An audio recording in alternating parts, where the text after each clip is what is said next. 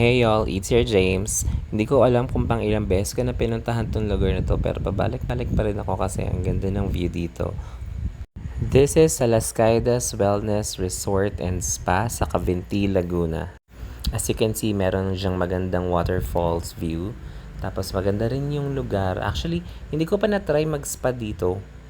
Ang pinupunta ko lagi dito is yung coffee and snacks and just to really enjoy the view.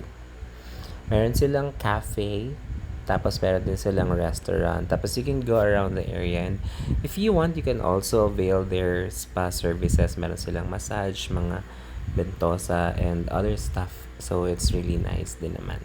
Ginagawa ko lang lagi dito, magte-trek ako. Not really a trek, pero mahaba yung way pababa. Tapos meron dong balsa. Ito yung balsa where you can have a good view of the falls. Tapos on the other side, meron pang isang way pababa. Medyo matarik yung pathway.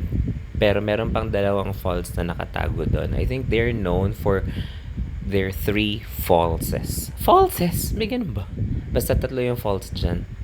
Ayun, ito yung isang falls. Tapos dun sa medyo baba pa, may isa pa medyo, ayan, nakakatakot lang bumaba. Pero safe naman, nakakabalik naman ako. Nag-order na ako bago kami bumaba at para pag-akyat, inom na tapos kain. Diyan na yung coffee. We ordered vegetable and shrimp tempura.